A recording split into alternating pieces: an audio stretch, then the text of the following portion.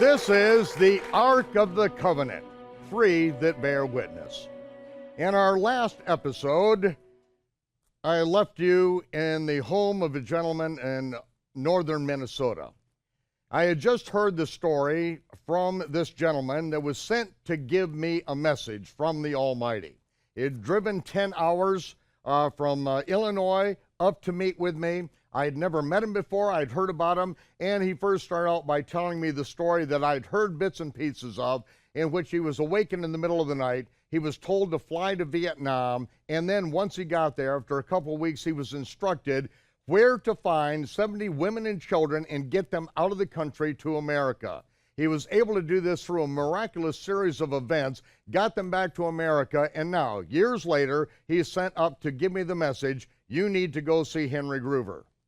He then also told me that a friend of his was going to be going to Vietnam. And I said, I've got a gift for him. Reached into my pocket before I pulled it out. He said, wait, let me call him. It turned out that this gentleman had been up north at one of his customers' place that morning, was backing out of the long driveway when he was flagged down, and then he ran out to him, and he said to him, you need to go see Michael Rood as soon as possible. He said, who is Michael Rood and how do I find him? He said, don't worry, you'll find him. He goes back, drives back to his office, puts the key in the door while the phone is ringing. He picks up the phone, and that is when Victor is on the phone and says, I need you to come over here and meet someone. And I could hear on this end of the phone, is he a vet? And yes, he's a vet. And he said he was a Marine. And he said, I'll be right there. He comes into the door opens, in walks John Hanna. Victor introduces me, this is Michael Rood. And he then tells me the story of what had just transpired in the previous hour. He then tells me the story of how he was two men who were left of his entire battalion that was cut down in Vietnam. He was then nursed back to health in one of the tunnels until he was strong enough to get back to the Americans. And now he said, I know that I have to go back to Vietnam, and I have got to speak to this family. I've got to bring the gospel of the kingdom to this family in Vietnam. And then I pulled out from my pocket a 100 dong Vietnamese note, and I handed it to him, and he said, that was a sign that I was waiting for. I was given that 100 dong Vietnamese note 2 days earlier after I finished teaching. The Almighty is working all these things together at this point, and now I know that this man is on his way to Vietnam, and I know that this message is from the Almighty that I must go down and see Henry Gruver. I don't know Henry Gruver, but we make our plans to go down to see Henry Gruver. It turns out that I'm the only one, after much discussion about getting a whole busload of people and making the journey down there, I'm the only one that goes down. I am in a borrowed Toyota pickup truck. I drive down the 10 hours to get there. I get there just in time. I have a recording unit that is with me, and there's one seat left in the television studio where this is going to transpire over the next 2 days. One seat left, and it is right the front seat in front of Henry Gruver. I couldn't ask for anything better.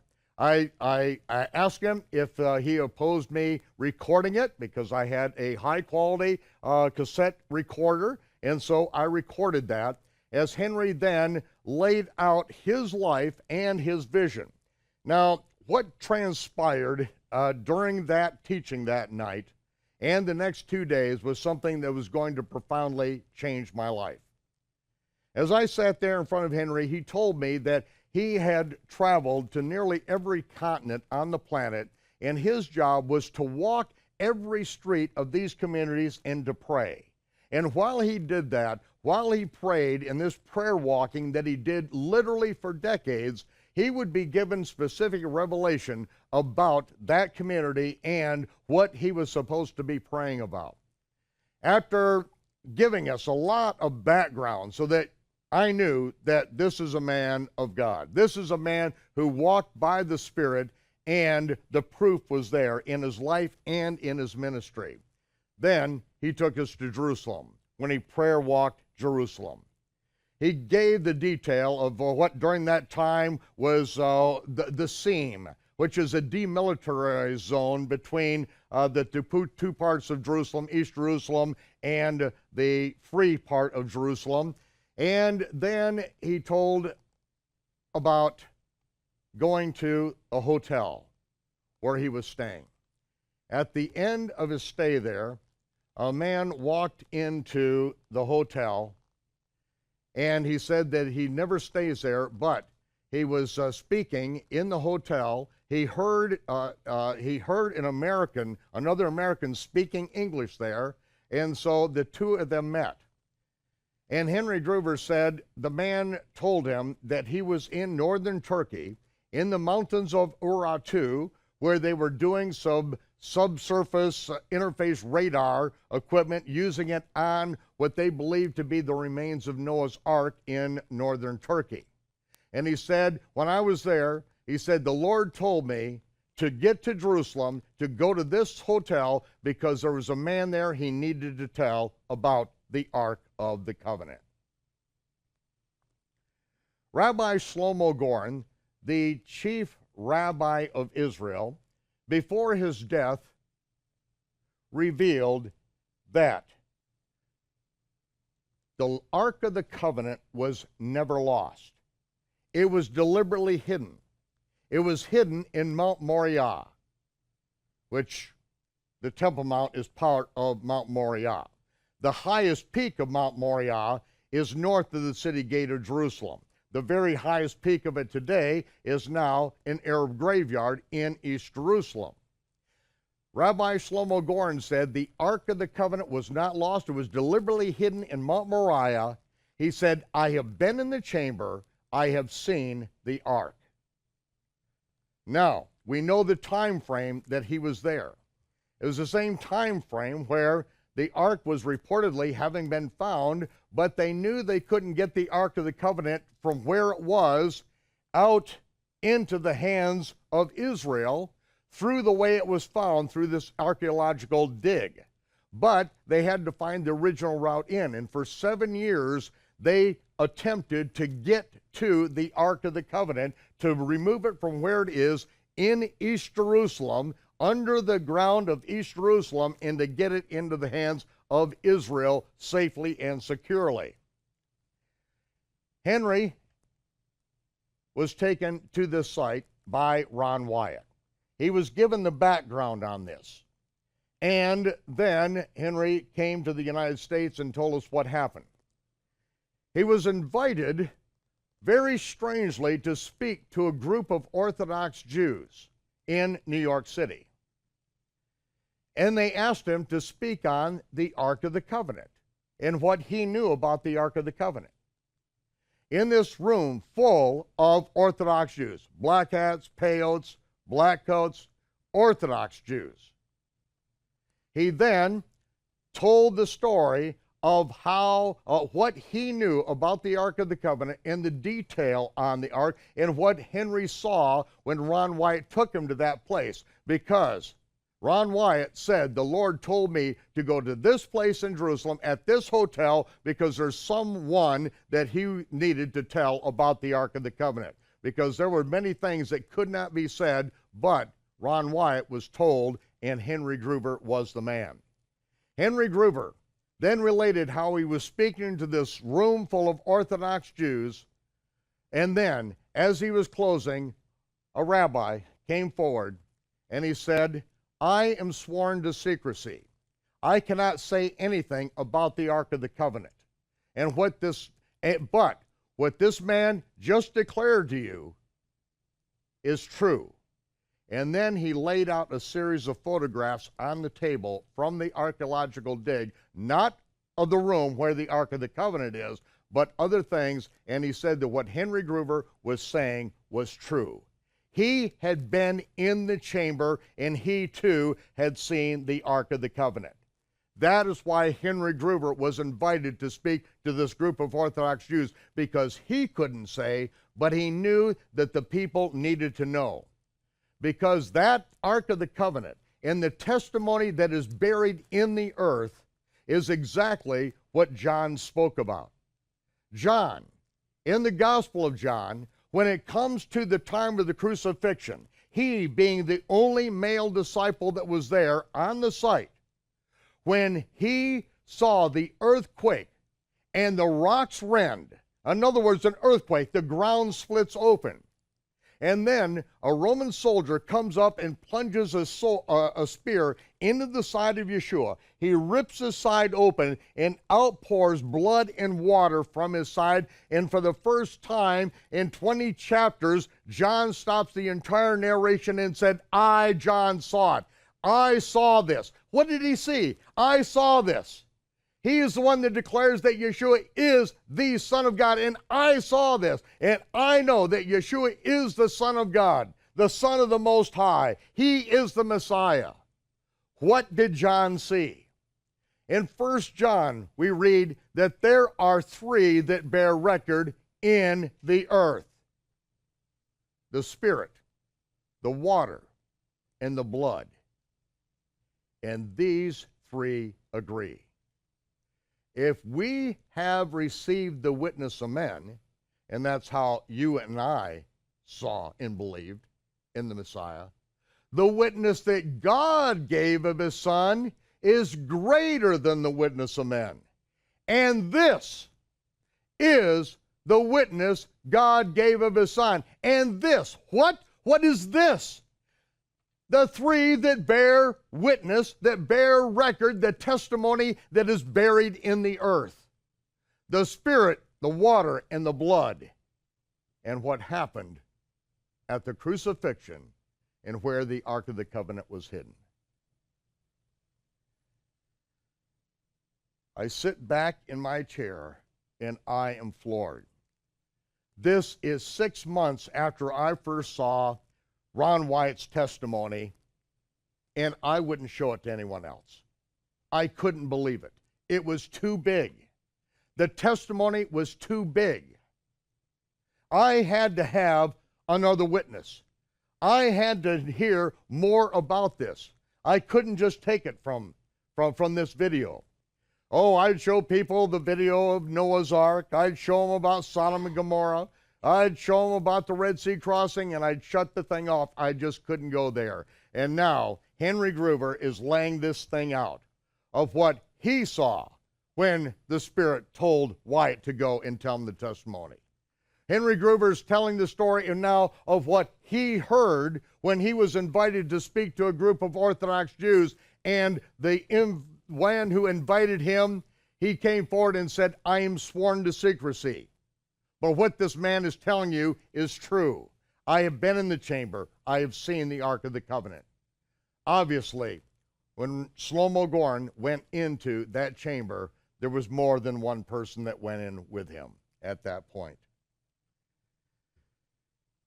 The following day, Henry Gruver shared about the other vision that he had concerning the rebirth of Judah and what is going to be transpiring at the end of a war, an existential war, in which Israel will be brought to the brink of destruction. If not for the hand of the Almighty, there would be no Israel. But out of that will come a revival, awakening, and the blindness in part that's happened to Israel is going to be removed. This is what Shaul prophesied. Paul prophesied of this very thing. Then blindness in part has happened to Israel, and it's actually been, in a way, a benefit to the Gentiles. But that blindness in part is going to be removed, and when it is removed, it's going to be like life from the dead. It's going to be a new day and a new age. Just as Chaim Goldman was sharing about the upper room conspiracy a little bit earlier. Christians told him that the Last Supper was the Passover. He got all excited about this. As he said, he's in production. He went out and produced tracts and started handing them out in the street, but yet he's a storyteller. He's an editor. He's a television and movie man. He read the rest of the script and said, wait, the Last Supper is not Passover. You read one verse so you could make it out, but you read the whole script and it's impossible. Any Jew can see that it's not, the Last Supper is not Passover. He said, you got to quit listening to Gentiles interpret scriptures Jews have written, Chaim. And so that's when he heard me tell the story, he knew this is what he was ordained to do in his life. All of his training, everything he did in his whole life. His mother passed away that year. He took his entire inheritance and financed a Rood Awakening to get started. Completely dedicated to make this thing happen. And now he's here to see, as this mushrooms, as Biblical LTV launches off on its own to touch the entire Christian and Messianic world, ladies and gentlemen, the hand of the Almighty is revealing things in this day and time. And the rebirth of Judah, I took that recording and I put it out there by the thousands. I wanted people to hear that testimony and hear the testimony of Henry Gruver. Henry had already plans for this weekend for Shavuot, was not able to be with us. But we have 2 more major feasts this year. And hopefully we will have not only Henry Gruver here, but also we're going to see if we can get a gentleman that was actually down in there with the film crew, in the excavation site with the film crew, and caused a cave-in that site. The man who then got that video back to the United States of America, put it in his top right-hand drawer, and then all hell broke loose, and the big television studio that he built down called Heritage USA, he was taken away from, and he was in prison, and the videotape ended up missing concerning him being down in the Ark of the Covenant dig with Ron Wyatt. We'll see. We'll see if we can get Jim Baker in to tell the part of the story that he knows. And also Mark White, Shomer Levan, who was sent from the Shomron with a revelation, a vision. Don't take any money. You and Yohanan, this 80-year-old man, walk to Jerusalem, the 18 hours, and to go to a cave at the foot of the highest peak of Mount Moriah to go there to pray. I'm going to be able to tell you a little bit about his story, but ladies and gentlemen, there's more than 3 witnesses. It's not even up to the witness of Ron Wyatt at this point, just as the Red Sea crossing. Dr. Moeller, Karolinska Institute, a scientist with a laboratory that awards the Nobel Prize in Science, taking underwater robotic dive cameras and the most modern research equipment, and literally drives the cameras among the coral-encrusted remains of Pharaoh's army strewn for 1.5 miles under 900 feet of water in the bottom of the Red Sea. Ladies and gentlemen, it's not even up to Ron Wyatt's testimony and little 8mm films and old VHS tapes that have been copied 1,000 times over. It's not up to that anymore. Mount Sinai, it's not up to Ron Wyatt's testimony. Jim and Penny Caldwell were sent there. American oil field engineer Jim Caldwell, and his base was what? The Midian oil field. And was able to get tens of thousands of artifacts from the real Mount Sinai out to the Western world, as well as high-definition photographs. All these things, ladies and gentlemen, the rocks are crying out. And I believe they have to cry out because the people of the Almighty have shut their mouth. They are afraid to speak up. They've had evolution shoved down their throats.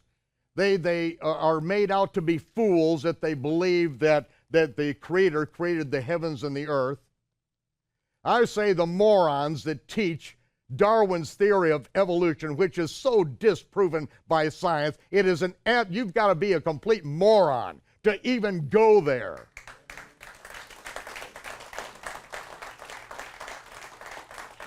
I am tired of all this hockey foddy out there. Take Darwin, dig him up from the genius corner, and bury him in the morons corner of Westminster Cathedral. He's dead wrong. And all those who keep on hyping his stuff, all the scientists that follow him, all they do is mouth their stuff, but they produce nothing. All the genius inventions on planet Earth were done by scientists who were believers. These dimwits haven't done a thing. Nothing except create the things to enslave mankind. To bring us all into the Novus Ordo Seclorum, the New World Order. To destroy America, which foundation is God-given rights and responsibilities.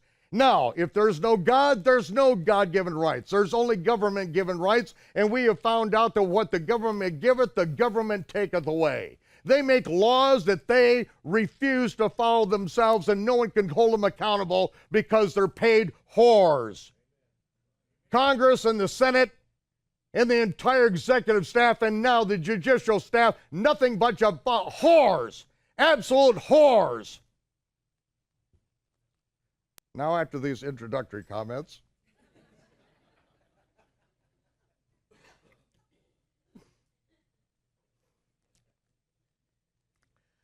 the next day, Henry and Judith were then invited. He was speaking at a church. He asked me if I would like to go along. I got there and I was sitting with Judith as Henry was sharing, and he was going to share about the time he went to heaven.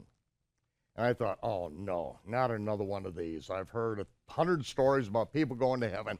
Every one of them looks different. Everything's different. It's like, how many heavens are there? Is there a dog heaven, a kitty heaven, a cow heaven? I mean, how many heavens are there? I hear all these stories, and but I can relate in one way, is that the Almighty communicates to us in the visions, the pictures, and in our understanding. And so you get these different pictures because these are visions, these are revelations to the individual.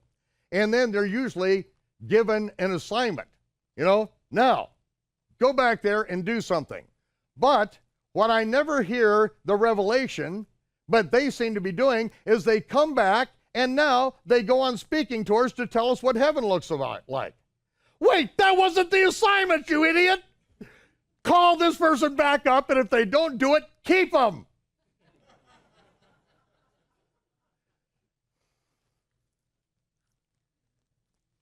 Now other people go to hell. Hell looks different.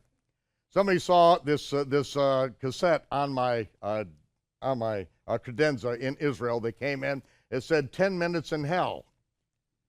They said, "What's this all about?" I said, "Someone asked me to sing a couple of my favorite numbers."